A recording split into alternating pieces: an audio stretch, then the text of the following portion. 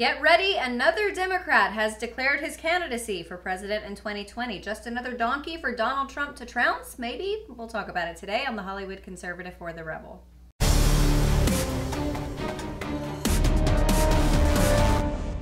The Democrat field of candidates for 2020 is filling up faster than the porta potties at an Indian food festival. So many have officially declared, with an additional group who have formed exploratory committees. And with Robert Francis, aka Beto O'Rourke's announcement that he's throwing his quintessential privileged white boy hat in the ring, I'm going to give you a quick rundown of who is in and who I think will ultimately emerge as top contenders. First, for the list of presumptive candidates, some of whom are still in the exploratory stage.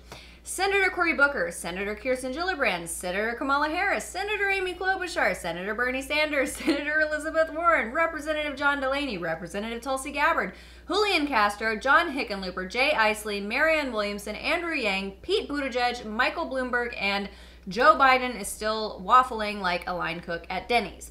So those are the main ones so far. Now let's talk about how you get to the top of the ticket before I tell you who I think it'll be. First of all, the Democrat debates will kick off in 3 months. Yes, y'all, that means the vicious, cutthroat rat race of 2020 is basically upon us. But with a crowded pool of Democrats, the DNC is capping off the participants to 20, at least for the first debates, which, by the way, will be sponsored by NBC and CNN.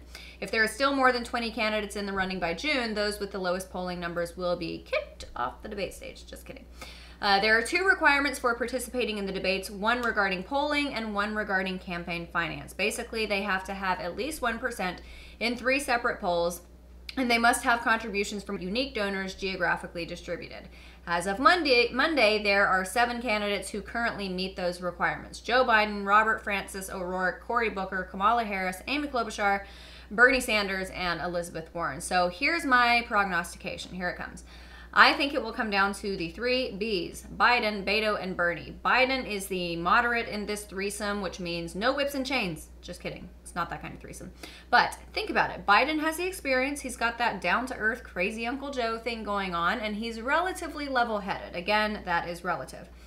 And you're probably wondering why on earth I have Beto on this list as a 3-term congressman with 0 substantial legislation to his name and a failed Senate campaign under his belt. Well, I hate to admit it, but he's got that screaming, crying Beatles fan thing going on for him. Have you seen his rallies? They're not the size of Trump rallies, but man, these people are obsessed with him. And Bernie, well, poor Bernie. After getting screwed by the DNC in 2016, he seems to have made a lot of progress over the last 3 years, pulling people over to his side. With Trump derangement syndrome at a fever pitch, Bernie has capitalized on being the opposite of Trump. Of course, no one bothers to digest the fact that socialism and Bernie's policies will collapse the country. Who cares about that? Feel the burn anyway, right? So, if my soothsaying skills prove accurate, we will have 3 white dudes for Democrats as frontrunners going into the primaries. 3 white dudes from a party who loves to tout how diverse they are.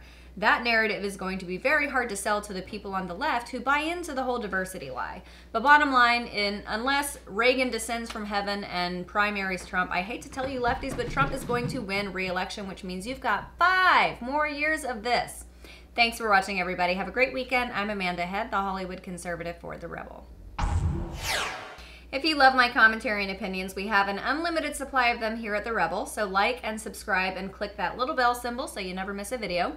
Follow us on Facebook and Twitter for all of our latest news, and download our app for the Rebel Media on the App Store. That way you'll have easy access to all of our latest videos and your favorite Rebel shows. Thanks so much for watching. I'm Amanda Head for The Rebel.